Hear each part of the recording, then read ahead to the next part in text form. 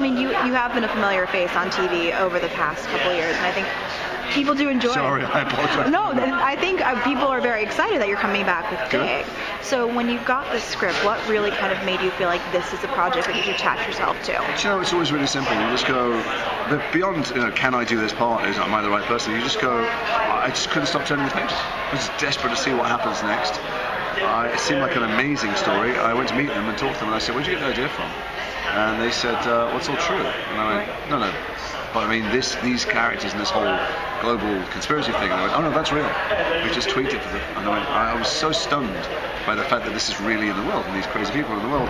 And then the fact that at the center of it was a guy who wasn't a traditional hero. He was a guy who had stuff to work out in this very complicated relationship with Anne Heche. You can see it on my shoulder right there. Yes. We're having sex, but we're not in a romance. She used to be my junior student, and now she's my boss. And she doesn't believe me and the conspiracy that I unveil, but she kind of goes with it and trusts me because she likes me. And so there's all kinds of nuanced relationships in it. So as the backdrop for the intricate character studies, there's this amazing plot. And then there's the fact that it was going to shoot and really harness the power of Jerusalem, which is something I'd never seen on the screen before. And it was, written partly by Tim Kring, who wrote Heroes, but also partly by Gideon Raff, who was born in Jerusalem and knows it inside out. And that seemed like a very heady mix of things. Yeah.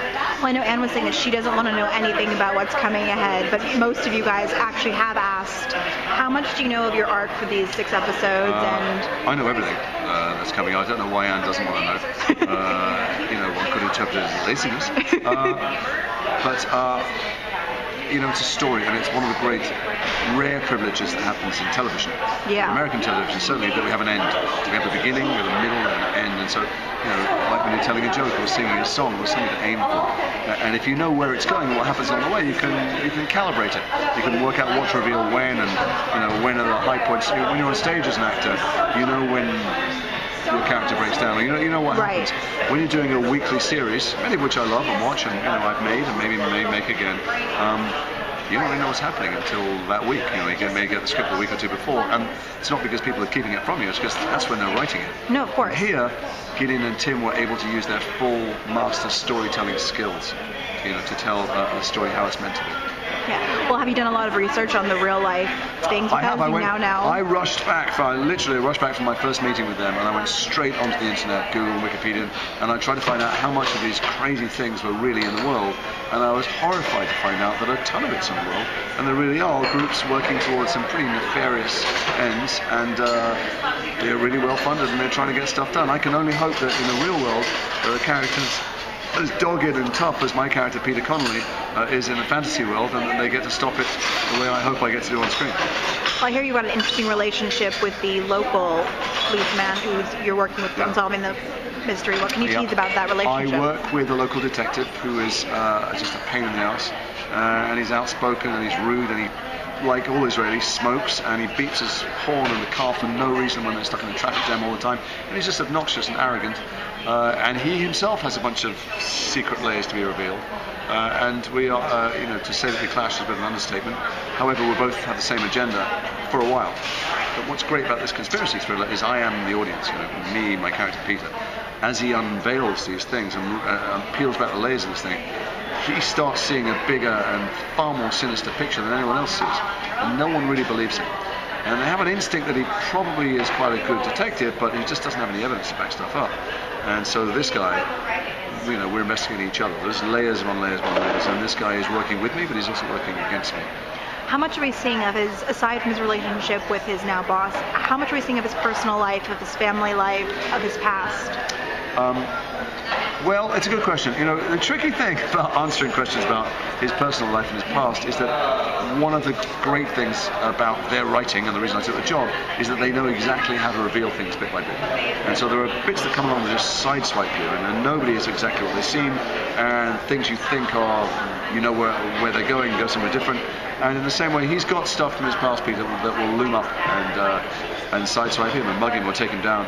And I don't want to give too much away, but I think it's obvious from the beginning that he's come to Jerusalem to get away from his past. There's something that was really messing him up, and he's asked his old pupil as a favor to give him this posting in Jerusalem. He's living out of a suitcase.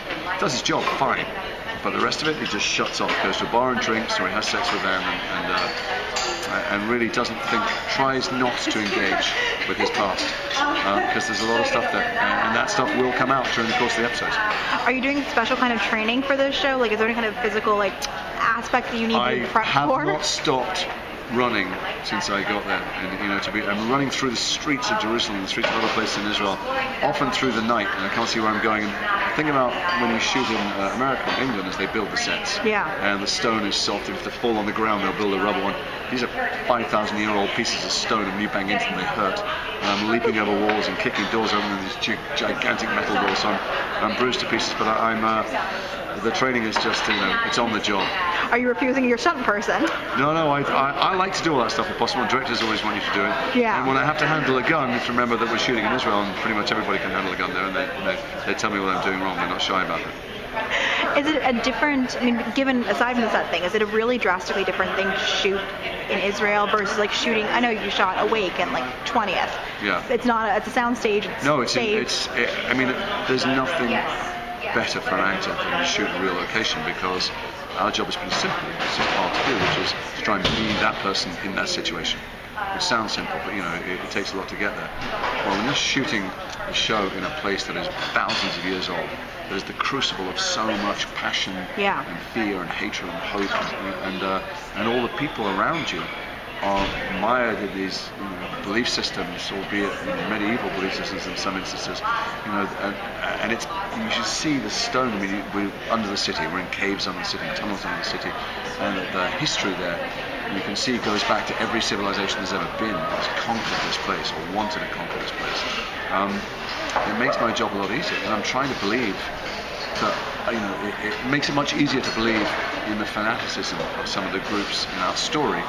In this place, it's a square kilometre. The old city is 1 square kilometre, and the people and religions that coexist tensely in this one place there, it bubbles. You can feel it in the atmosphere. It's kind of thick with the sense and the sense SCENTS and the sense of all of their passions commingling. So. It's amazing. Not only that, it looks like nothing on earth. You're running across the rooftops of Jerusalem, and the sun comes up in the morning and starts to glint off that famous gold dome, and the call to prayer comes out of the different mosques, and then the city comes to life and starts buzzing around you.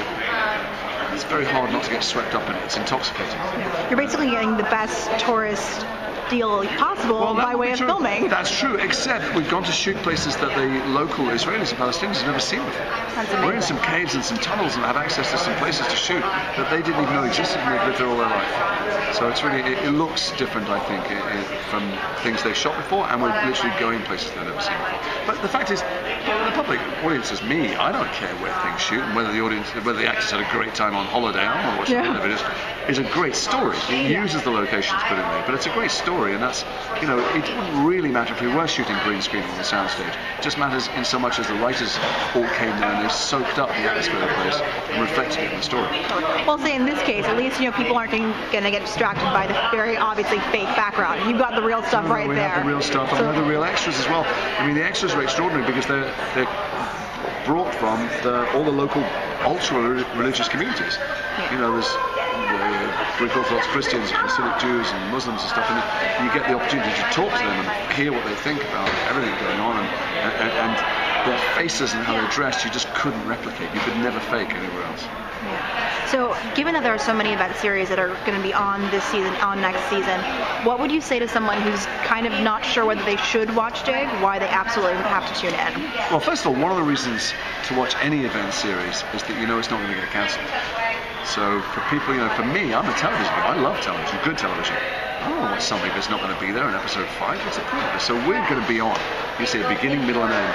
And then it comes from 2 master storytellers. If you like Heroes, if you like Homeland, if you like Da Vinci Code, watch it. And if you like, there's something for everyone. If you like, it is a fabulous page turner, if that's possible to say something on the screen.